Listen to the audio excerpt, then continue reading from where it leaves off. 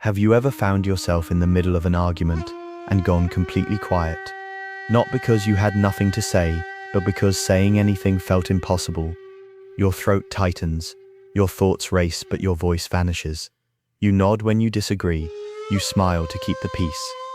And later, alone, you replay every word you could have said, every boundary you should have held, every truth you swallowed to avoid making things worse.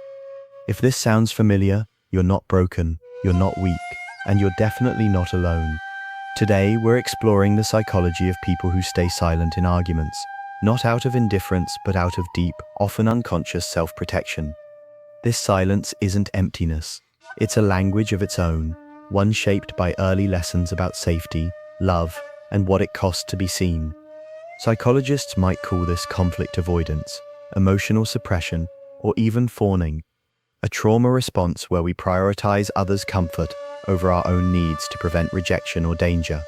It's closely tied to attachment theory, when, as children, expressing anger or disagreement led to abandonment, punishment, or emotional withdrawal, our nervous system learned that silence equals survival. And so we carry that lesson into adulthood, into friendships, partnerships, workplaces, where speaking up feels like risking everything, even when the stakes are small. This isn't cowardice, it's a strategy your younger self crafted with remarkable intelligence to keep you safe in a world that didn't always welcome your voice. If you've ever bitten your tongue until it bled inside, if you've apologized for things that weren't your fault just to end the tension, if you feel exhausted after conversations you barely participated in, this is for you. You belong here, and this channel is a safe space for those learning to heal, not by becoming louder, but by reclaiming the right to exist fully, even in disagreement. Consider subscribing, because your voice matters, even the parts you've kept hidden. Imagine a child, maybe 6 or 7, sitting at the kitchen table. They've just been scolded for spilling juice. It was an accident. But the adult's voice is sharp, their face tight with frustration. The child tries to explain, "I didn't mean to," but is cut off. "Don't talk back," they're told, "just clean it up." So they do, quietly, carefully, and they learn. My words make things worse. My feelings are inconvenient. My presence is safest when I'm small, agreeable, invisible. Or picture a teenager watching their parents argue, voices rising, doors slamming. One night they try to intervene. "Can we just talk about this calmly?" But instead of relief, they're met with, "This isn't your business." Or worse, "Why can't you just stay out of it?" So they retreat. They stop asking questions. They stop expressing opinions. Because speaking up doesn't bring peace, it brings more chaos. This is where the silence begins, not as a flaw, but as a brilliant act of adaptation. According to attachment theory, developed by psychologist John Bowlby, children need consistent emotional responsiveness to feel secure. But when caregivers react to a child's distress, anger or disagreement with dismissal, anger or withdrawal, the child learns that connection is conditional.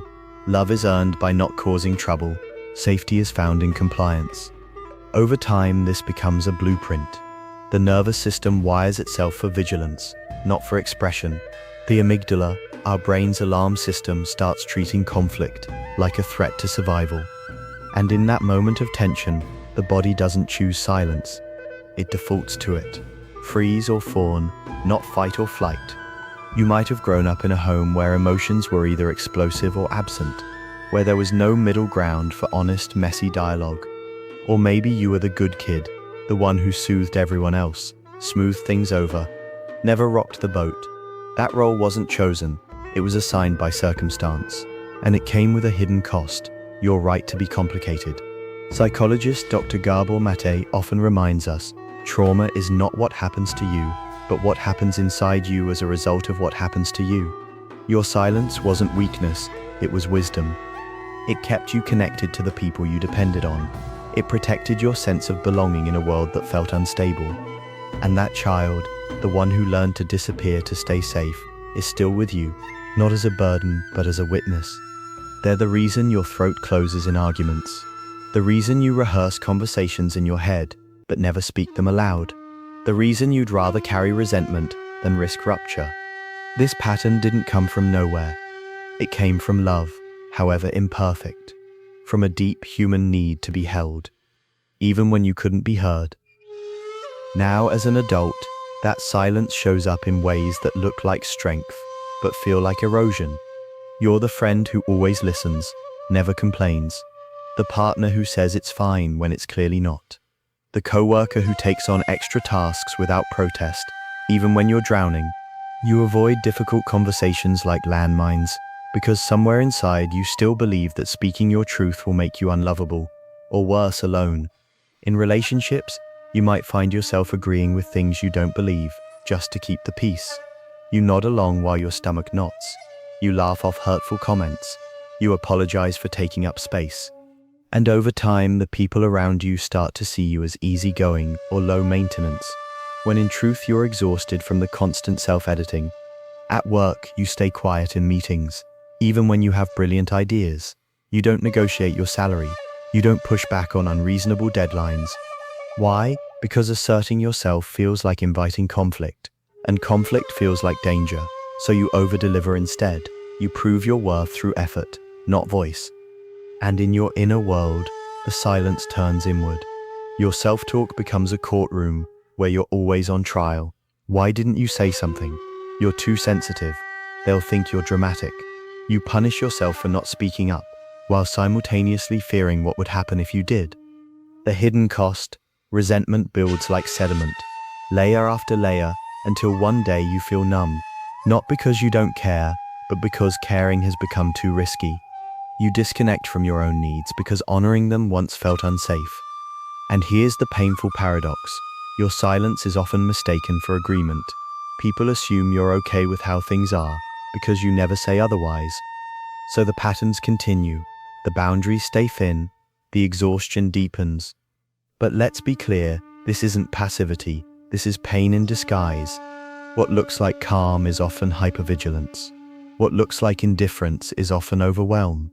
And what looks like harmony is often a carefully maintained illusion, one that costs you your authenticity, your energy, and sometimes your sense of self. You've been told you're too quiet, as if silence is a character flaw, but your silence was never the problem. The problem was that no one ever taught you it was safe to speak and be heard without punishment, rejection, or abandonment. So you didn't stop speaking because you had nothing to say. You stopped because somewhere along the way you learned your voice wasn't welcome. And that's not your fault, but it is your healing. Our culture doesn't just tolerate silence in conflict, it often rewards it. Think about the messages we absorb from childhood. Nice girls don't argue, don't make a scene, keep the peace at all costs. We're taught that harmony is virtuous and disruption is selfish, even when that disruption is simply naming your truth. Social media amplifies this illusion. Online, we curate versions of ourselves that are agreeable, polished, conflict-free.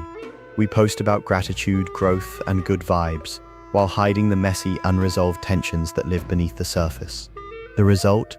A collective performance of peace that makes real conflict feel shameful. And in a productivity-obsessed world, emotional labor is invisible. The person who smooths over tension, absorbs others' moods, and avoids drama is seen as reliable, while the one who sets boundaries or voices discomfort is labeled difficult or emotional. So we stay silent, not just to protect ourselves, but to maintain our social and professional value. Even well-meaning advice can reinforce this pattern. Pick your battles, people say, as if every expression of your needs is a battle to begin with, or just let it go, as though releasing resentment is as simple as exhaling. But when you've spent a lifetime equating your voice with danger, just speaking up isn't a switch you can flip. It's a rewiring of your nervous system. Worse, our culture confuses silence with maturity. We praise those who don't rock the boat, as if emotional suppression is wisdom. But true emotional maturity isn't about avoiding conflict, it's about navigating it with honesty, care, and self-respect. And here's the subtle trap. Sometimes, staying silent feels like kindness. You tell yourself, I'm protecting them from my anger, or I don't want to hurt their feelings. But unspoken boundaries aren't kindness, they're delayed honesty. And over time, that unspoken truth builds pressure, until it leaks out as passive aggression, withdrawal, or sudden emotional collapse. Authentic expression isn't about winning arguments, it's about saying, this is how I feel, without needing to control the outcome. But when your nervous system still believes that honesty equals abandonment, that kind of vulnerability feels impossible. The cultural myth is this: if you were strong enough, you'd speak your mind without fear. But real strength isn't the absence of fear, it's feeling the fear and honoring your truth anyway. And that takes time, it takes safety, it takes practice. You're not failing because you go quiet. You're human in a world that never taught you how to be safely, messily, imperfectly heard. Healing this pattern doesn't mean becoming someone who argues loudly or confronts everyone. It means reclaiming your right to exist fully, even when it's uncomfortable.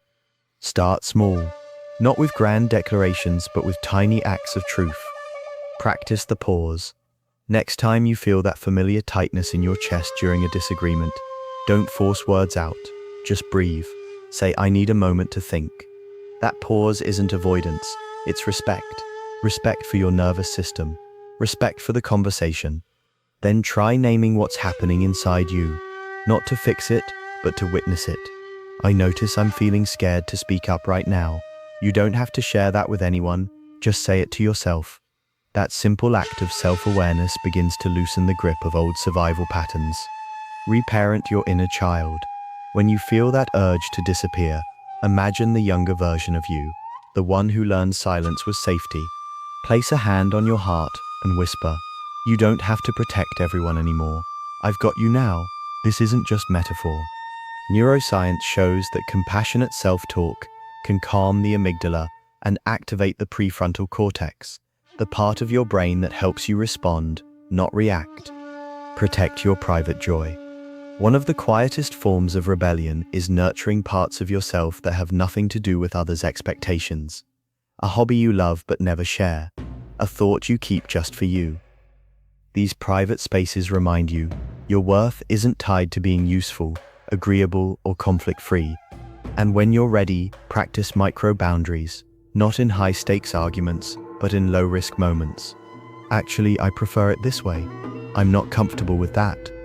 Say it softly, say it once. You don't need to justify or explain. The goal isn't to change the other person, it's to prove to yourself that you can speak, and the world won't end. Most importantly, shift from self-improvement to self-witnessing.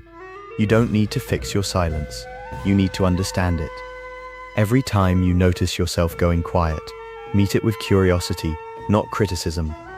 "Ah, there's that old protection again. Thank you for trying to keep me safe. I see you."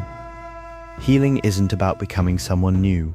It's about returning to who you were before the world taught you that your voice was dangerous. You were born with the right to take up space, to disagree, to be messy, to be heard even when your voice shakes. And that right is still yours.